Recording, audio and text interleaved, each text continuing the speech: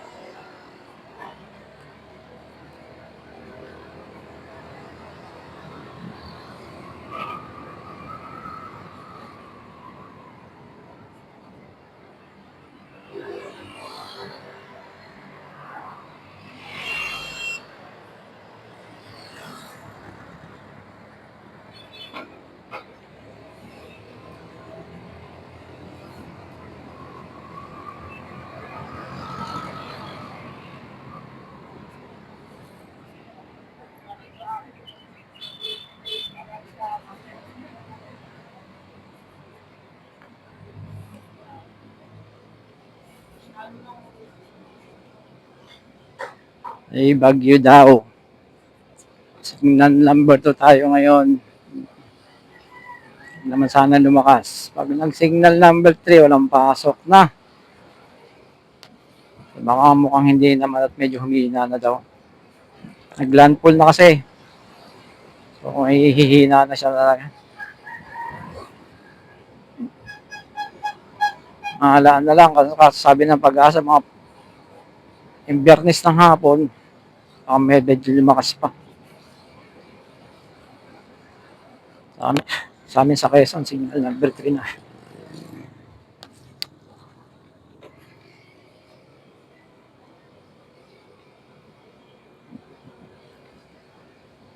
Kasi kung hindi hihina, magkakaroon ng category 4 na signal or 5. Pero ngayon wala. May signal number 4 na pero bumaba naman. Number 3 na rin. Lahat na lang mamaya.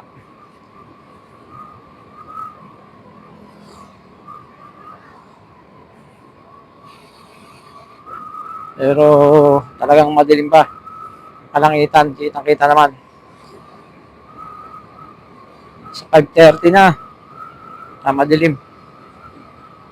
Tama naman talaga masama ang panahon. Tipong mamaya magbubuhos ng ulan. Yun, ingat-ingat na lang. Lalo na sa mga bigayong malalayo. Pag nag-uulan. Yung so, pa ng ating project specialist at meter reader dyan. Ingat. Mukhang mag-uulan tumamay ng hapon.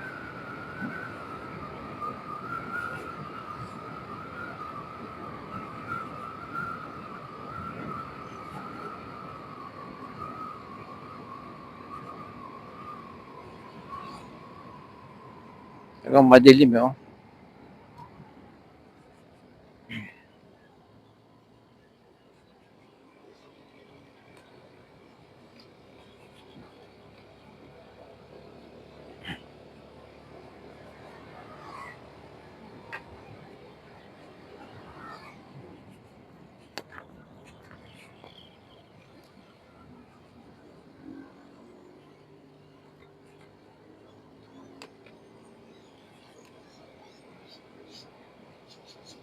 Chat ko yung utol ko kanina, mga alas 4. At ko sa Quezon, umuulan daw doon, tsaka medyo malakas ang hangin.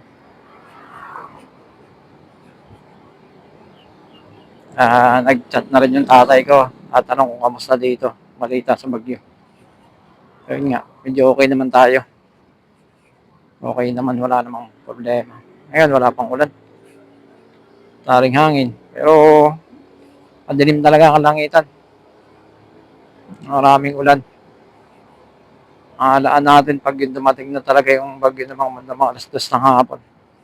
Padaan na din sa atin. So, hindi naman talaga tatama sa atin. Kasi nga medyo bumaba ng konti.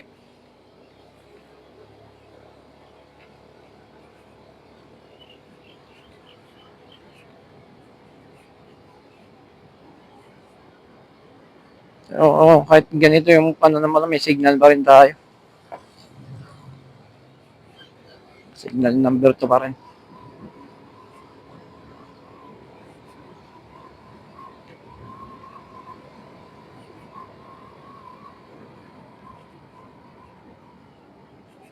Yun nga, pala kahapon di tayo nakapasok. Medyo sakit ng ulo sa puyat. At yun naman, meron tayong binabantayan. Talagang kailangan siya samahan. So, tiyaga.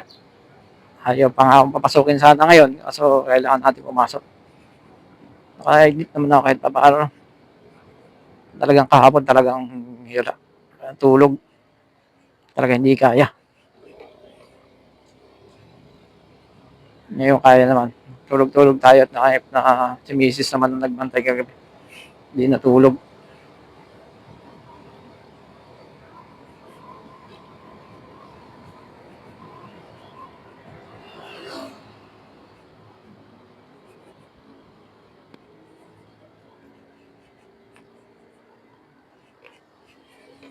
So, madilim pa rin, no? Dati pag tayo ng itong oras, papasok, maliwanag na. Ngayon, medyo madilim pa.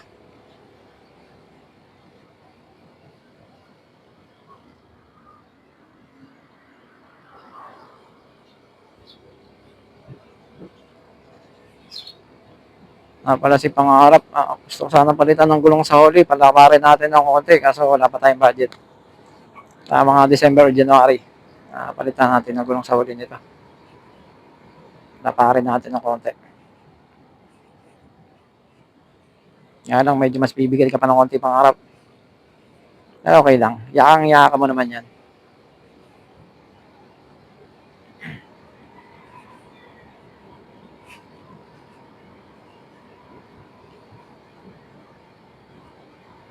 Yun po, talagang madilim pa talaga ang paligid. Oras na.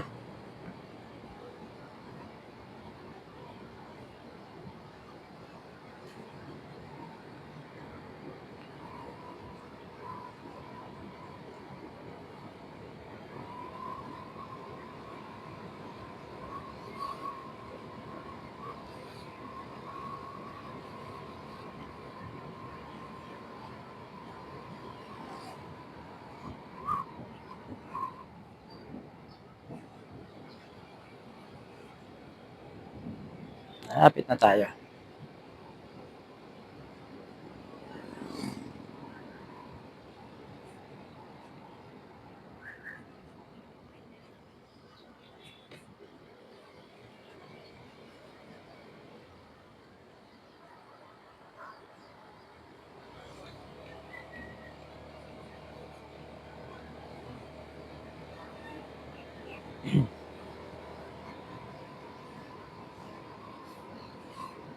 Sigurado marami na naman tayong customer mamaya nito.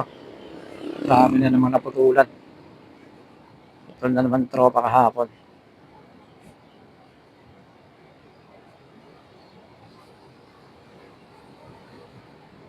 Marami na naman galit. As usual. Galit sila pag napuputulan, pero pag hindi, walang reaksyon. Pag naputulan, kung ano-ano na sinasabi, ay issue, murahin na si customer service, murahin na yung nagpuputol natin, murahin na yung kumpanya. Tao talaga. Hindi naman nagbabayad. Nagbabayad sila ng buwan-buwan, di sila napuputulan. Anong paglaanan ng pagbabayad? Hindi naman pare-pareho nga yung araw ng sahod, pero dapat pinaglalaanan naman ng bayarin yun.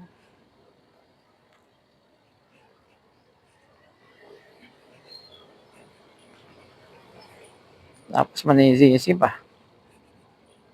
Tapos dahil na walang nare-receive na bill. Ba yun? Talaga naman. Tao talaga.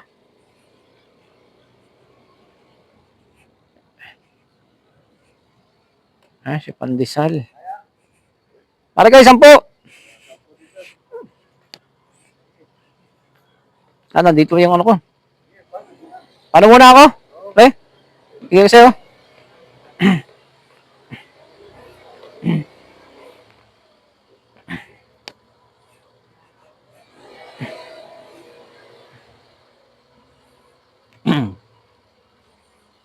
Sapya. Buhatin na lang natin. Pangarap.